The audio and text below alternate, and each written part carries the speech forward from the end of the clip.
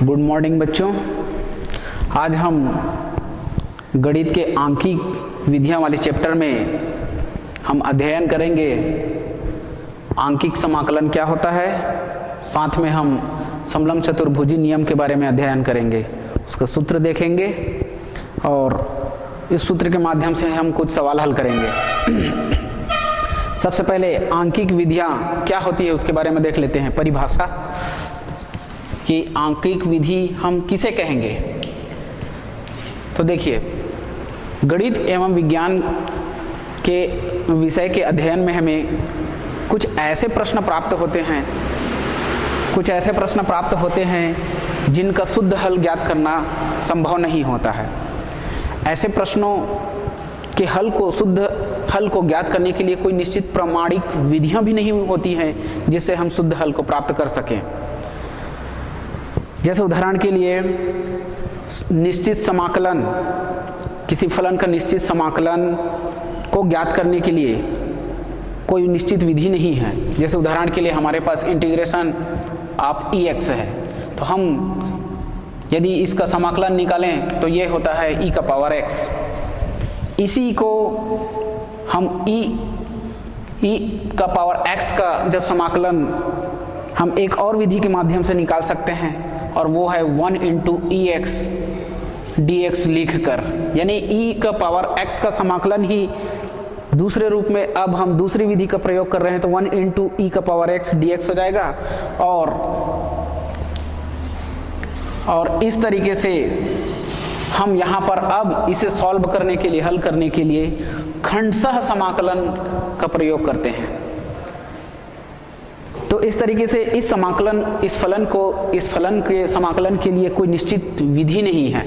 ऐसे ही यदि कोई समीकरण है x का, मान लो fx एक समीकरण है x का और वो है x² - 9, तो इसके हल को प्राप्त करने के लिए हम fx की जगह fx का मान 0 रखेंगे, तो हमें x के दो मान प्राप्त होते हैं जो कि x का शुद्ध मान नहीं कहा जा सकता।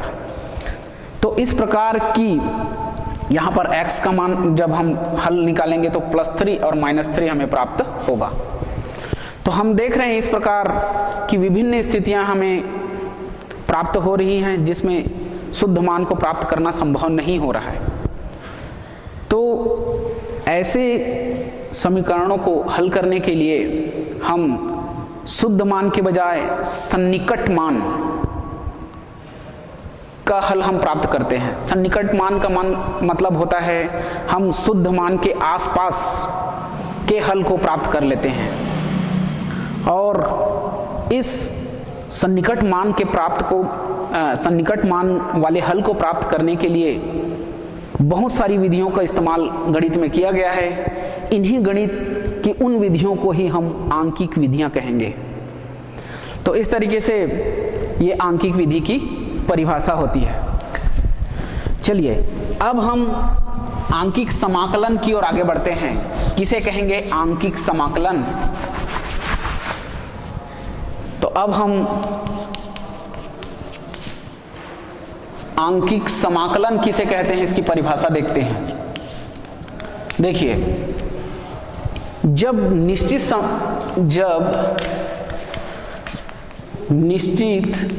समाकलन integration of a to b fx dx का मान fx dx का मान ज्ञात करने के लिए fx dx का मान ज्ञात करने के लिए fx के अंतराल a, b के स्थान पर संख्याओं का प्रयोग किया जाता है। संख्याओं का प्रयोग किया जाता है तब ऐसे समाकलन को, तब ऐसे समाकलन को आंकिक समाकलन कहते हैं। आंकिक समाकलन कहते हैं। तो एक बार और देख लीजिए, हम पिछले चैप्टर में पढ़ चुके हैं समाकलन के बारे में। समाकलन fx का समाकलन यदि a से b दो लिमिट के अंडर करते हैं और जब इसका मान निकालते हैं तो यही जो वक्र है या यही जो फलन है y is equal to fx, उसका अंतराल a और b की जगह पर हम संख्याओं का प्रयोग करें, जैसे 1 2 3 4 5, ऐसी संख्याओं का प्रयोग a और b के रूप में यानी लिमिट के रूप में करें तो जो समाकलन है वो अब आंकिक समाकलन कहलाएगा। ये हमारे आंकिक समाकलन की परिभाषा है। और इस आंकिक समाकलन की विधियां हैं जिसके बारे में हम इस चैप्टर में पढ़ेंगे, वो है दो विधियां। तो अब हम लिखेंगे आंकिक समाकलन की विधियां। तो आंकिक समाकलन की दो विधियां हैं, जिसमें पहली विधि का नाम है समलम चतुर्भुजीय नियम। आंकिक समाकलन में हम समलम चतुर्भुजी नियम का अध्ययन पहले करेंगे और दूसरी जो विधि है उसका नाम है सिम्पसन नियम। तो इस तरीके से आंकिक समाकलन ज्ञात करने की दो विधि में से अब पहली विधि जो है समलम चतुर्भुजी नियम के बारे में हम अध्ययन करेंगे। देखते हैं क्या होता है समलम चतुर्भुजी नियम।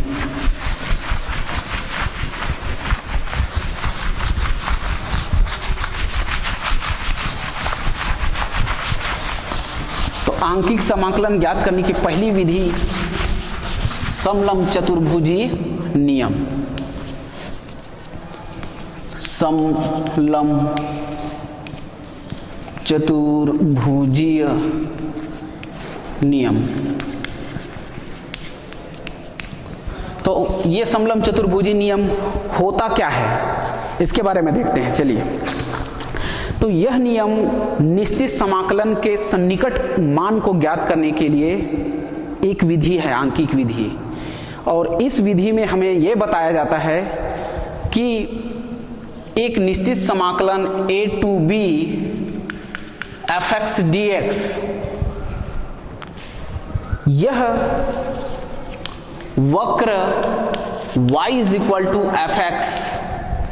देखिए यहां पर इस बात को ध्यान देंगे कि ये निश्चित समाकलन हमें क्या बताता है उसके बारे में पढ़ रहे हैं हम लोग। तो ये जो निश्चित समाकलन है उसमें जो वक्र है, वक्र वो y इक्वल टू fx है। वह यह लिखेंगे, यह x अक्ष तथा x इक्वल टू a एवं x इक्वल टू b तक परिबद्ध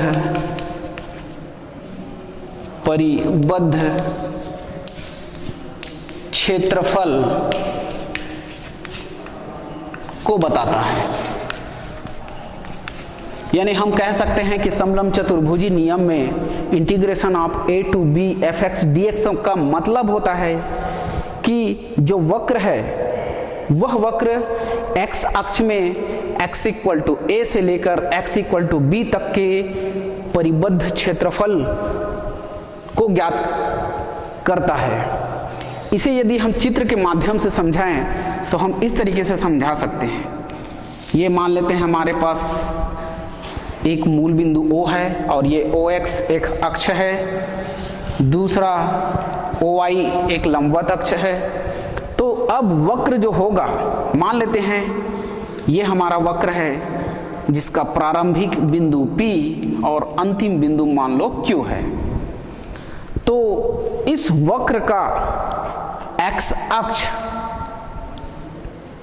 के बिंदु, इस वक्र के बिंदु P से यदि हम एक लंब डालें तो एक्स अक्ष को एक बिंदु पर आकर के टच करता है, मान लेते हैं स्पर्श करता है, वो बिंदु ए है।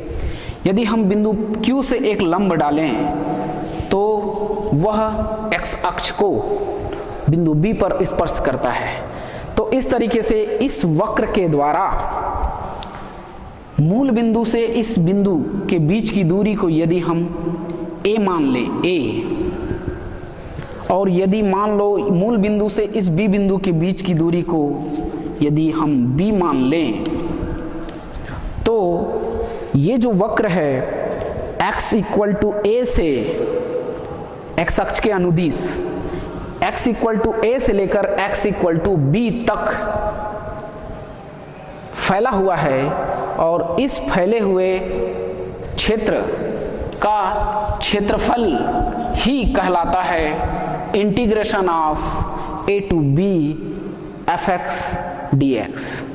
यानी इसका क्षेत्रफल हमें ज्ञात करना है। यदि हम उस क्षेत्रफल को कैपिटल A नाम दें तो वो कैपिटल A हम ज्ञात करेंगे तो वो सूत्र होगा, उसी को हम दूसरे रूप में कहेंगे integration of a to b fx dx, जिसका मतलब होता है कि एक वक्र जो है x अक्ष की ओर x इक्वल टू a से लेकर x इक्वल टू b तक फैला हुआ है, जिसका क्षेत्रफल integration of a to b fx dx कहलाता है। तो अब हम समलंब चतुर्भुजी नियम में इस वक्र PQ वक्र के द्वारा इस घेरे हुए क्षेत्र का क्षेत्रफल ज्ञात करना है। तो उसके लिए समलंब चतुर्भुजी नियम में एक सूत्र दिया गया है, और वो सूत्र है A इज इक्वल टू, या तो हम इसे लिख सकते हैं और इसके बराबर सूत्र होता है H/2 into y0 plus yn plus 2y1 plus y2 plus y3 plus dash dash dash, और ये yn माइनस 1 बड़ा कोष्टक बंद। इसे हम इस वक्र के द्वारा x अक्ष के अनुदिश जो परिबद्ध क्षेत्र है जिसका क्षेत्रफल ज्ञात करना है, तो उसके लिए हम इस सूत्र का इस्तेमाल करेंगे समलंब चतुर्भुजी नियम से, जिसमें हम बताएंगे जहां h का मतलब होता है b minus a upon n, और ये b minus a upon n में b मतलब होता है इस इंटीग्रेशन की अपर लिमिट यानी उच्च सीमा, और इस इंटीग्रेशन की लोअर लिमिट यानी निम्न सीमा b कहलाता है। या दूसरे शब्दों में चित्र के माध्यम से अब अगर हम समझें तो इस वक्र का x अक्ष के अनुदिश p बिंदु का y अक्ष से दूरी और q बिंदु का y अक्ष से दूरी वो कहलाएगा a और दूसरा b, स्मॉल a और दूसरा स्मॉल b। n का मतलब होता है इस क्षेत्रफल को, इस वक्र के द्वारा घिरे क्षेत्र का क्षेत्रफल ज्ञात करने के लिए इस पूरे क्षेत्र को n बराबर भागों में बांटा जाएगा, जिसके बारे में अभी हम आगे चित्र में बताएंगे, और जिसमें y0, yn, y2, y3, yn minus 1 क्या होता है इसे भी बताएंगे। चलिए, तो समलंब चतुर्भुजी नियम का ये सूत्र है जिसमें किसी वक्र के द्वारा घिरे क्षेत्र का क्षेत्रफल ज्ञात करने के लिए हम इसी सूत्र का इस्तेमाल करेंगे, जहां h बराबर होता है b minus a upon n। तो चलिए अब n क्या है इसके बारे में देखते हैं। तो n का मतलब होता है उस घिरे हुए क्षेत्रफल को n बराबर भागों में बांटना। तो देखिए कैसे बांटते हैं।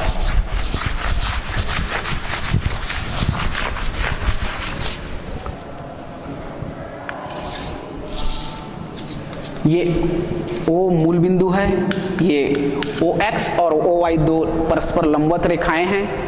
यदि एक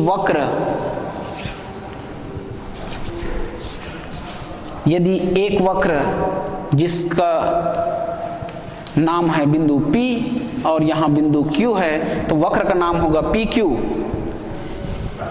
इस वक्र के द्वारा x अक्ष के अनुदिश घिरा जो क्षेत्र है वो ये x अक्ष में OA और Q बिंदु का y अक्ष से दूरी होगा वो OB कहलाएगा।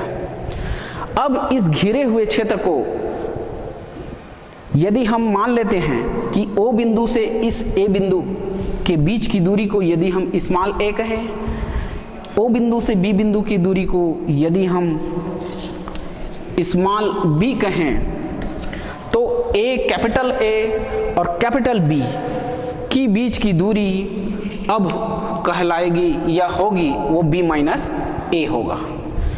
तो इस b माइनस a जो दूरी है वो यहाँ से लेकर यहाँ तक होगा, a से लेकर b तक। यदि इस क्षेत्र को हम बराबर भागों में बांट दें, बराबर भागों में, समान भागों में बांट दें, जिसकी चौड़ाई या एक तरह से कहें इनके बीच की जो लंबाई है, दूरी है, वो एक समान हो, जिसे मान लेंगे h हो, समान चौड़ाई वाले क्षेत्र में इस तरीके से बांट दिए जाएं, तो बांटने पर इस बिंदु को यदि हम जो कि x अक्ष के a के बाद वाली की बिंदु को यदि L1 नाम दें, इसे L2 नाम दें, इसको L3 नाम दें, इसको L4 नाम दें, और ये जिसे हम B नाम दिए हैं तो हम चाहें तो इसे LN कह सकते हैं, और उससे पहले वाली जो बराबर लाइन खींचेंगे, बराबर भागों में बांटेंगे, तो इस लाइन को हम LN-1 कहेंगे। क्योंकि बिंदु P के साइड में इस वक्र का निकटतम बिंदु जो होगा उसको नाम देंगे P1, P2, P3 और P4, और ये Q के पहले ये Pn-1। तो देखिए अब हम इसको n-1 इसलिए दे रहे हैं क्योंकि हम इस क्षेत्र को n बराबर भागों में बांटना है। तो n बराबर भागों में जब बांटेंगे तो यहाँ पर पहला जो नाम होगा वो इस वक्र के इस बिंदु को P1, P2, P3, P4 इस तरीके से आगे बढ़ते जाएंगे, तो ये Pn-1 होगा, और जिसे हम Q कह रहे हैं वही हमारा Pn होगा, यानी हम Q बिंदु को Pn नाम दे सकते हैं। ऐसी यदि हम x अक्ष के इन बिंदुओं को लें तो L1, L2, L3, L4 और इस तरीके से B बिंदु को हम Ln नाम दे सकते हैं, और उससे पहले वाले इस बिंदु का नाम हम Ln-1 कह सकते हैं। तो अब देखिए हमारे पास इन बिंदुओं की दूरी को यदि मूल बिंदु से मापें तो मान लेते हैं इस बिंदु को हम x0 कहें, जिसे हमने स्मॉल a नाम दिया है। तो मूल बिंदु से इस a बिंदु के बीच की दूरी x अक्ष के अनुदिश हम x0 नाम दे रहे हैं। ऐसी L1 जो O से L1 के बीच की दूरी को हम x1 नाम देंगे, L2 की दूरी को O से L2 के बीच की दूरी को x2 नाम देंगे, और इस तरीके से ये xn-1 और ये B जो है वो हो जाएगा xn। तो इसका मतलब क्या होता है, बिंदु P का y अक्ष से दूरी वो कहलाएगा x0। निर्देशांक ज्यामिति के अंतर्गत हम जब पढ़ें तो बिंदु P के दो निर्देशांक होंगे, क्योंकि समतल में ये वक्र है तो इसके निर्देशांक y अक्ष से इसकी दूरी को हम x0 नाम दे रहे हैं। यदि इसी बिंदु P का x अक्ष से दूरी, इसे कहेंगे x अक्ष से दूरी, और यदि इसे हम y0 कहें तो इस बिंदु P का जो निर्देशांक होगा वो होगा x0 y0। ऐसी बिंदु P1 है, इसका इस वक्र में स्थित बिंदु P1 का जो निर्देशांक है वो y अक्ष से दूरी को हम x1 कह रहे हैं, और यदि इसी बिंदु P का x अक्ष से दूरी जो कि ये होगी, इसे यदि हम y1 नाम दें तो इस बिंदु P1 का जो निर्देशांक होगा वो होगा x1 y1। और इस तरीके से क्रमशः आगे बढ़ने पर हमें Q बिंदु का निर्देशांक हमें प्राप्त होगा xn yn। तो हम इसे क्रम से लिख सकते हैं y2 y3 y4 और ये वाला होगा yn-1 और इसे हम लिख सकते हैं yn। तो इस तरीके से देखिए हम इस वक्र के द्वारा घिरे क्षेत्र को n बराबर भागों में बांटे हैं। n बराबर भागों में बांटने पर हर भाग की लंबाई h h h h है। तो अब हमारा जो सूत्र है वो समलंब चतुर्भुजी नियम से जब हम क्षेत्रफल निकालेंगे तो हमें y0, y1, y2, y3, y4, y5 और इस तरीके से yn का मान रखना पड़ेगा, जो कि y0, y1, y2, y3 हमने बताया है कि इस वक्र में स्थित बिंदु P, P1, P2, P3, P4 और Pn के ये निर्देशांक है, यानी हम कह सकते हैं x अक्ष से उन बिंदुओं की दूरी।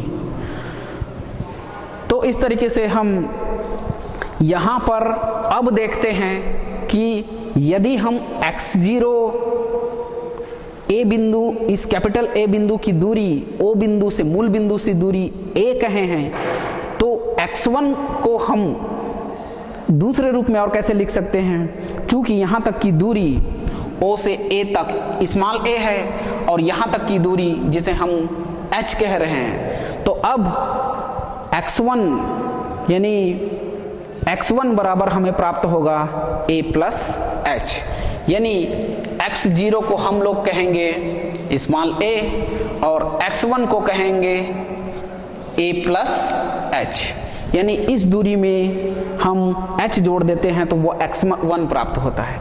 ऐसे ही हमको देखने से और मिल रहा है x2, तो x2 में क्या करना है, x1 की जो दूरी है मूल बिंदु से L1 की जो दूरी है जिसे हम x1 कह रहे हैं, वही x1 में यदि फिर से h जोड़ दें तो वो x2 निकलेगा, यानी हम a प्लस h जो कि x1 की दूरी है, x1 के बराबर है, उसमें यदि फिर से h कर दें, जोड़ दें, तो ये a प्लस 2h जो होगा वो x2 होगा, यानी बिंदु L2 का मूल बिंदु से दूरी।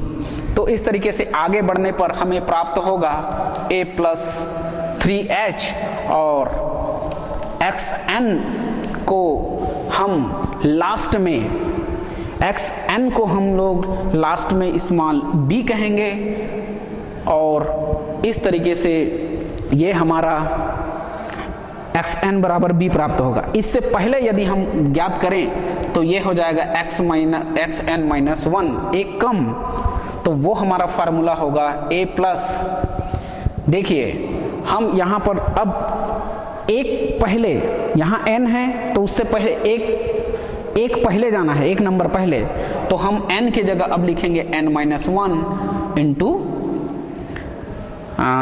h। तो इस तरीके से ये x0, x1, x2, x3 और xn के मान हमको इन चित्रों के माध्यम से हमें प्राप्त होते हैं।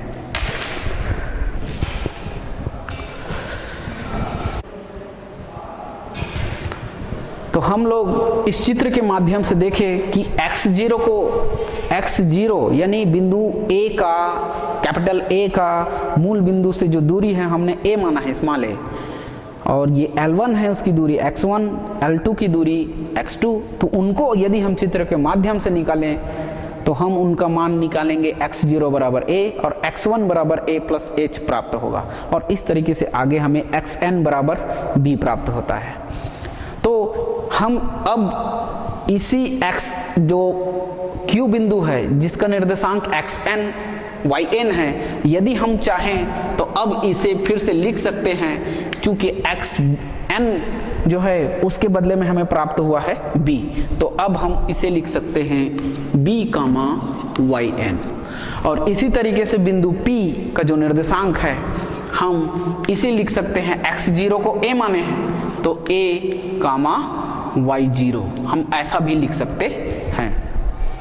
तो चलिए, ये तो हुआ उन बिंदुओं के x अक्ष के अनुदिश जो बिंदुएं हैं उनकी मूल बिंदुओं से दूरी है। अब यदि हम y0 निकालें तो, क्योंकि हमें समलंब चतुर्भुजी नियम में y0, y1, y2, y3 मान रखना पड़ेगा, तभी वो हम सवाल हल कर सकते हैं और एक क्षेत्रफल निकाल सकते हैं। तो हमारे पास y0 है क्या चीज? तो y0 का मतलब होगा इस बिंदु P का x अक्ष से दूरी। तो x अक्ष से दूरी को यदि हम निकालें तो कैसे निकालेंगे सवाल हल करते वक्त?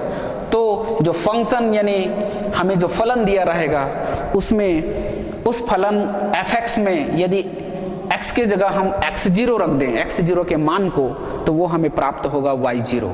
तो हम इस तरीके से y0 प्राप्त करेंगे।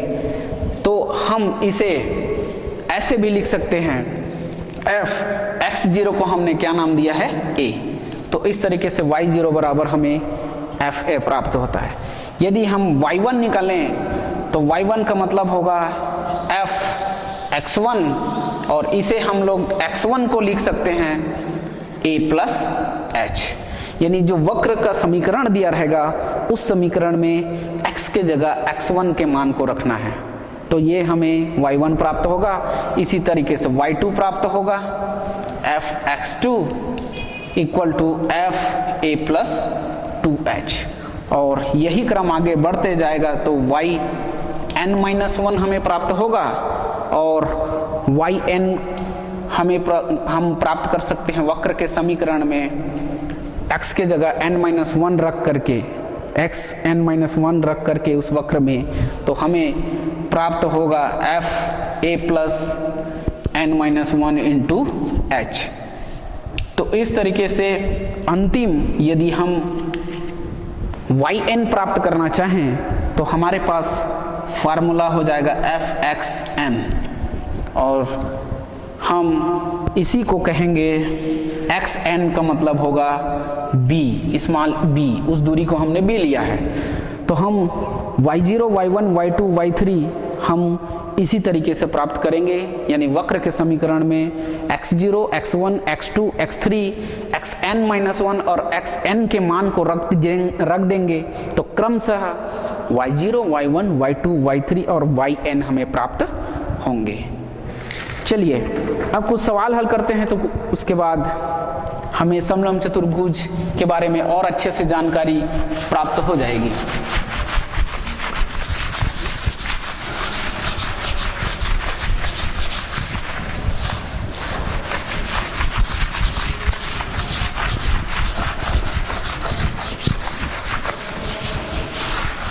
तो अब हम सवाल हल करेंगे जो कि हमने उदाहरण से लिया है।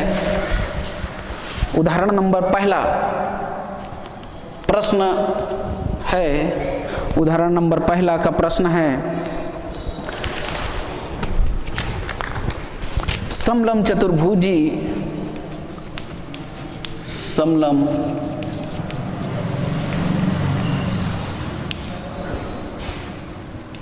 समलंब चतुर्भुजी नियम से इंटीग्रेशन ऑफ 0 से 1 fx dx का लगभग मान ज्ञात कीजिए। लगभग मान ज्ञात कीजिए यदि f0 is equal to 1, comma f1/2 equal to 5, comma f1 equal to 7, जिसके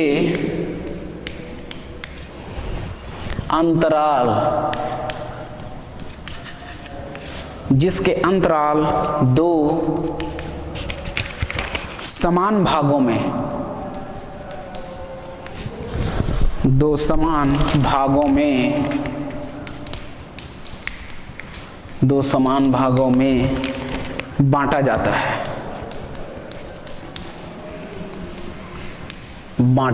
है, चलिए इस सवाल को हल करते हैं। तो सबसे पहले चित्र बना लेते हैं। हमें क्या कह रहा है कि हमको समलंब चतुर्भुजी नियम का इस्तेमाल करके ये जो इंटीग्रेशन है 0 से 1 fx dx का मान यानी लगभग मान हमको निकाल के दिखाना है।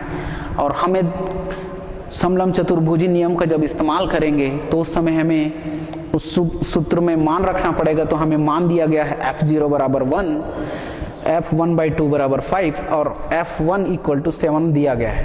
और साथ में हमें बताया गया है कि अंतराल 2 समान भागों में बांटा जाता है। का मतलब ये होता है कि जो वक्र हम खींचेंगे उस वक्र के द्वारा घिरे गए क्षेत्र को 2 बराबर भागों में बांटना है। तो यदि हम चित्र बनाएं तो हम इस तरीके से बना सकते हैं। मान लेते हैं ये OX और ये दूसरी लंबवत रेखाएं हैं OY। यदि हमारे इस वक्र का नाम PQ है तो इसके द्वारा घेरा गया क्षेत्र, देखिए पिछले वाले में हमने यहाँ A लिया था, लेकिन अब P बिंदु को हमको लेना है। देखिए 0 लिखा है का मतलब ये होगा x अक्ष के अनुदिश उस P बिंदु का जो निर्देशांक है वो 0 होगा। तो P बिंदु का निर्देशांक 0 तभी होगा जब वो y अक्ष में स्थित होगा। तो अब हम उस वक्र को हम यहाँ ले सकते हैं बिंदु P को।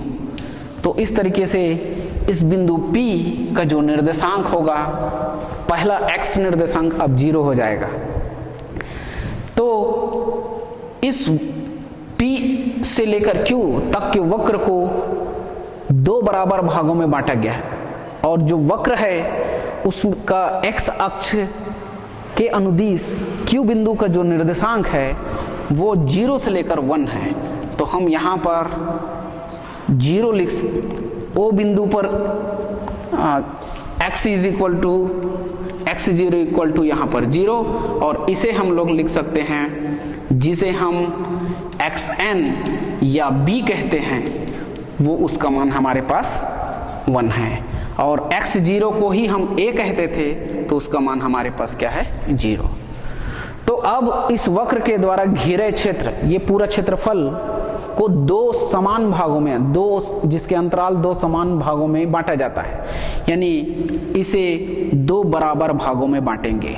तो ये पहला अंतराल और वो दूसरा अंतराल कहलाएगा। तो इस तरीके से इस पूरे क्षेत्र का हमको क्षेत्रफल ज्ञात करना है, यानी समलंब चतुर्भुजी नियम से क्षेत्रफल या फिर हम उसको मान ज्ञात कर सकते हैं। तो इस वक्र के द्वारा घिरे गए क्षेत्र का क्षेत्रफल हमको उसका मान जब निकालेंगे तो हम समलंब चतुर्भुजी नियम का इस्तेमाल करेंगे। और उसके सूत्र का जब इस्तेमाल करेंगे तो किसे क्या क्या कहते हैं, क्या चीज़ दिया है उसके बारे में चलिए देखते हैं। तो शुरुआत में हम लिखेंगे यहाँ हमें क्या क्या दिया हुआ है।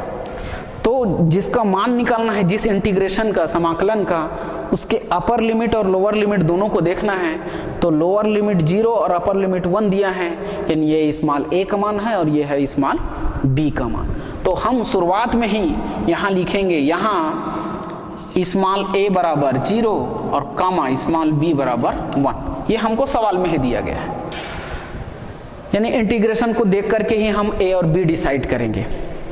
अगला काम करेंगे, हमें n बराबर 2 भी दिया है सवाल में, यानी जिसके अंतराल 2 समान भागों में बांटा जाता है तो हम अंतराल यानी n का मान होता है 2 लिखेंगे यहाँ। अब हम चूंकि समलंब चतुर्भुजी नियम जब इस्तेमाल करेंगे, सूत्र लगाएंगे इस इंटीग्रेशन के मान को निकालने के लिए, तो उस समय h की जरूरत पड़ेगी। तो अब हम h निकालेंगे।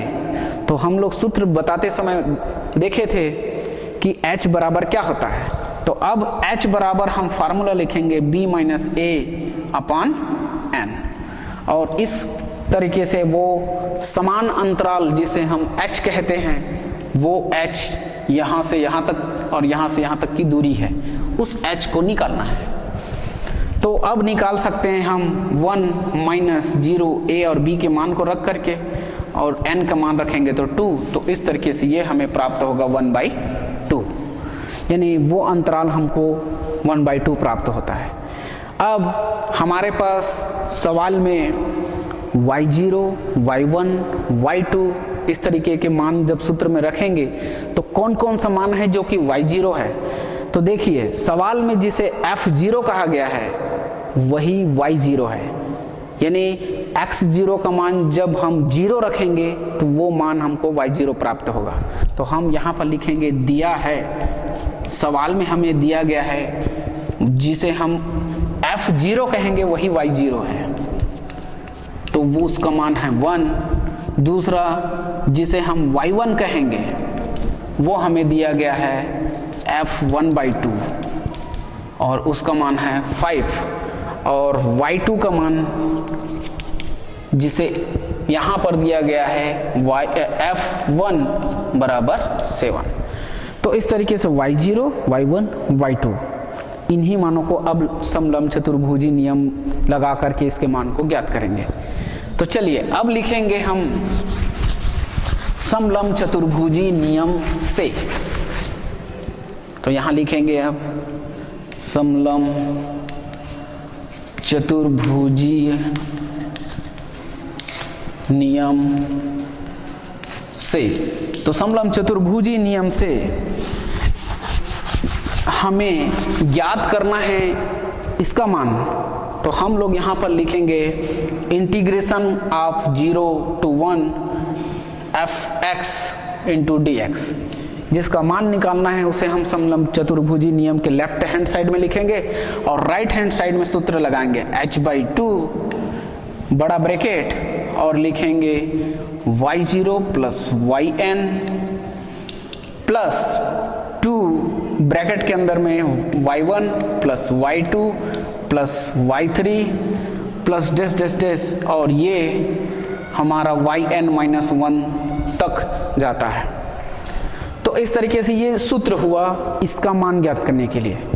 अब हमारे पास यहाँ पर y1, y2, y3 और yn-1 तक के पद हैं, जबकि हमारे पास यहाँ y0 और yn तक के पद हैं। तो अब हमारे पास जो मान है वो केवल y1, y2 और y3 तक है, सॉरी y0, y1 और y2। तो इस सूत्र को हमको उसी के जैसे, इन मानों के जैसे ही हमको बदलना है। तो अब हम लिखेंगे इसे h/2 और यहाँ हो जाएगा इंटू y0 छोटा ब्रैकेट में y0 प्लस yn के जगह, अब उसी को ध्यान देना है, n के जगह हमको 2 रखना है क्योंकि हमने n बराबर 2 रखा है, तो ये y2 हो जाएगा प्लस 2 इंटू यहाँ लिखेंगे y1 प्लस y2। अब थोड़ा सा ध्यान देंगे, आगे y3 को नहीं लिखेंगे। क्यों नहीं लिखेंगे? क्योंकि अच्छा एक चीज, y2 को भी नहीं लिखेंगे क्योंकि यहाँ पर ब्रैकेट के अंदर में हमें yn से एक पद कम करके लिखना है n-1। चूंकि y2 आ चुका है इसलिए यहाँ पर केवल एक पद और कम करेंगे तो वो होगा केवल y1।